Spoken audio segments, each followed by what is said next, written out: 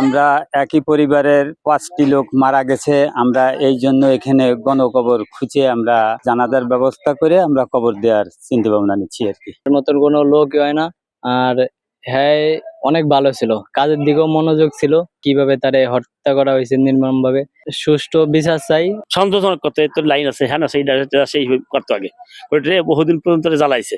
তা মেয়ে খুব ধৈর্য ছিল, মেয়ে ও কোনদিন করিনি, আসছেও না, বাড়ি আসেনি, এটা আনতে আসছি না। মেয়ে না আসার পরে একটা সালিশ হয়েছিল, সে ছেলে ছিল, বললো কি যে আমি এখানে আমি ওই মাপসাই আপনারা আইসেন, যে আমার কোনো রাগের সঙ্গে আপনারা আইসেন, আমি নিয়ে আসবো।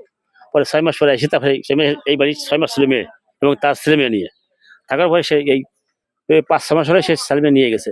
নিয়ে যাওয়ার পরে ঢাকা দেয়, তারপরে কোন খবরই করছে আর কি।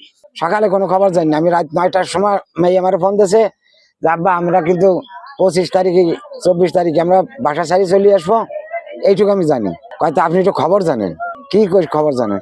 খবর জানেন, খবর কিন্তু খারাপ।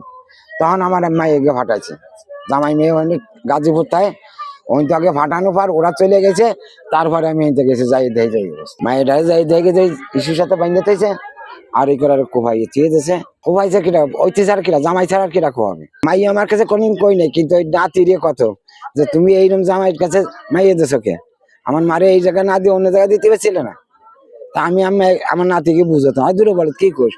আপনার কাছে চাই এইটুকু যে আমি সুস্থ বিচার চাই, ফাঁসি চাই।